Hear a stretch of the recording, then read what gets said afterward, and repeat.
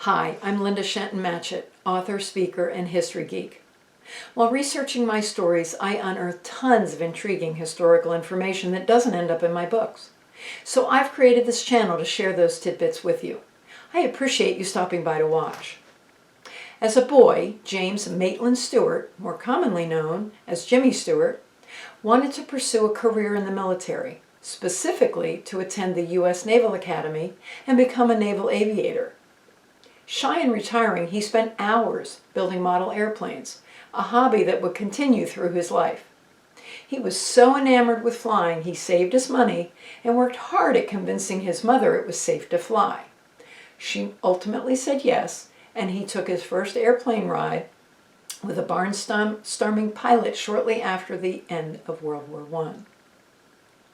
Born May 20th, 1908 in Indiana, Pennsylvania, Jimmy was his parents' only son and the eldest of 3 children. Located in the western part of the state, his hometown seemed more like the frontier of the early 1800s than the sprawling cities of Philadelphia and Pittsburgh. After attending Indiana Normal School and then Mercersburg Academy, Jimmy headed to Princeton University, which would change the course of his life. He got involved in the student theater and took flying lessons. He graduated with a degree in architecture, but because of the Depression, he thought there wouldn't be many jobs in that field. So of all things, he accepted an offer from a friend to prepare for a show on Broadway with the Falmouth Players. When the show headed to New York, Jimmy followed along. He was on the hook and started with bit parts on Broadway and then moved to small parts, which led to leading roles until he was discovered by Hollywood. He continued his flying lessons where he ran into such stars as Robert Taylor, Tyrone Power, and Frances Langford. Jimmy bought his own plane, a Stinson 105, and eventually racked up more than 300 hours. He also invested in Thunderbird Field, a venture in Arizona that had a contract to train Army pilots. In 1935, Stewart signed a contract with MGM Studios and began his impressive film career.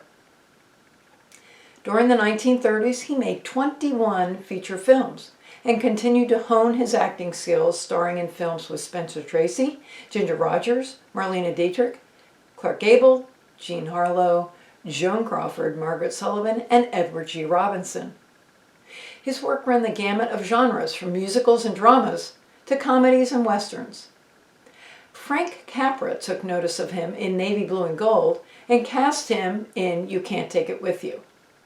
In 1938, the film won the Academy Award for Best Picture. Stewart then starred in Mr. Smith Goes to Washington and received his very first Academy Award nomination for Best Actor. Then, in October of 1940, he received his draft notice. But during his physical, it was decided he was underweight. He appealed the decision and a few months later was allowed a second weigh-in, which he passed. He later commented a friend was manning the scales. Other reports claim he filled up on bananas. Either way, he entered the U.S. Army Air Corps as a private. His family tradition of serving in the military went back to Jimmy's third great-grandfather, Fergus Moorhead, who served in the Revolutionary War. Jimmy's maternal grandfather was a general for the Union in the Civil War, and his father Alex served in both the Spanish-American War and World War I.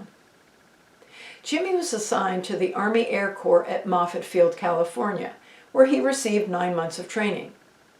With an eye toward obtaining a commission, he took extension courses, which he completed a short time before the attack on Pearl Harbor. In January of 1942, he received his commission, and because of owning both a civilian and commercial pilot's license, he was given his wings. However, instead of being assigned to ferry airplanes or fly transports, he became an instructor pilot in the training command, where he taught others how to fly the AT-6, AT-9, and B-17, and flew bombardiers in the training school at Albuquerque, New Mexico. He chafed at the restraints of being a training officer, but was soon transferred to Mather Field for more instructor training and qualification as a multi-engine instructor pilot. The assignment turned out to be ideal, because while his job was to carry young bombardier trainees and their instructor over the practice ranges to drop dummy bombs on targets outlined in the desert, Jimmy was learning how to be a bomber pilot. Having received his certification as a multi-engine pilot, he went through yet another course, this time in Hobbs, Minnesota, where he checked out as a first pilot or aircraft commander, went to the Combat Crew Processing Center where he thought his next stop would be assignment in a combat unit. Instead, he was transferred to Gowan Field at Boise, Idaho, where he was again an instructor pilot. Rumors were rampant that he was going to be taking off flying status and assigned to the audiovisual service, or sent on perpetual war bond tours. Jimmy had had enough and went to see the group commander, Colonel Walter Arnold, and pleaded his case to be assigned to a combat unit. To Jimmy's surprise and delight, he was recommended to fill a vacancy in the 445th Bombardment Squadron as an operations officer. His role was to supervise the assignment and training of the squadron's aircrew personnel to ensure they were fully proficient. 3 weeks later, he was promoted to take command of the squadron, which means he was then responsible for both air and ground crews, and to maintain discipline and morale. Squadron commanders don't have crews of their own, so when the 445th was deemed ready for overseas transfer, Jimmy hitched a ride with the crew commanded by Lieutenant Lloyd Sherrard. It would be another few weeks before they were sent into combat, but on December 13, 1943, the unit flew its first combat mission, a strike on the U-boat pens at Kiel, with Jimmy leading the group. 3 days later, he flew another mission against the German rocket launching sites at Pays de Calais. On January 7, 1944, Jimmy was tapped again to lead a group on a mission, this time to Ludwigshafen. As they were leaving the target area, he realized that the group he was following, the 289th Bomb Group, was 30 degrees off course. He contacted the other group leader, who insisted they were on course. Despite knowing the man was wrong, Jimmy stuck with the group, and about 30 miles south of Paris, they were attacked by about 60 Luftwaffe fighters. His formation didn't lose any planes, but 17 B-24s went down, including that of the other lead pilot. Jimmy's decision to not leave the group prevented total annihilation, according to Colonel Arnold, who commended Jimmy for his actions. 6 weeks later, Jimmy was tapped to fly as deputy lead of the 2nd Bombardment Wing during Operation Argument, also known as Big Week.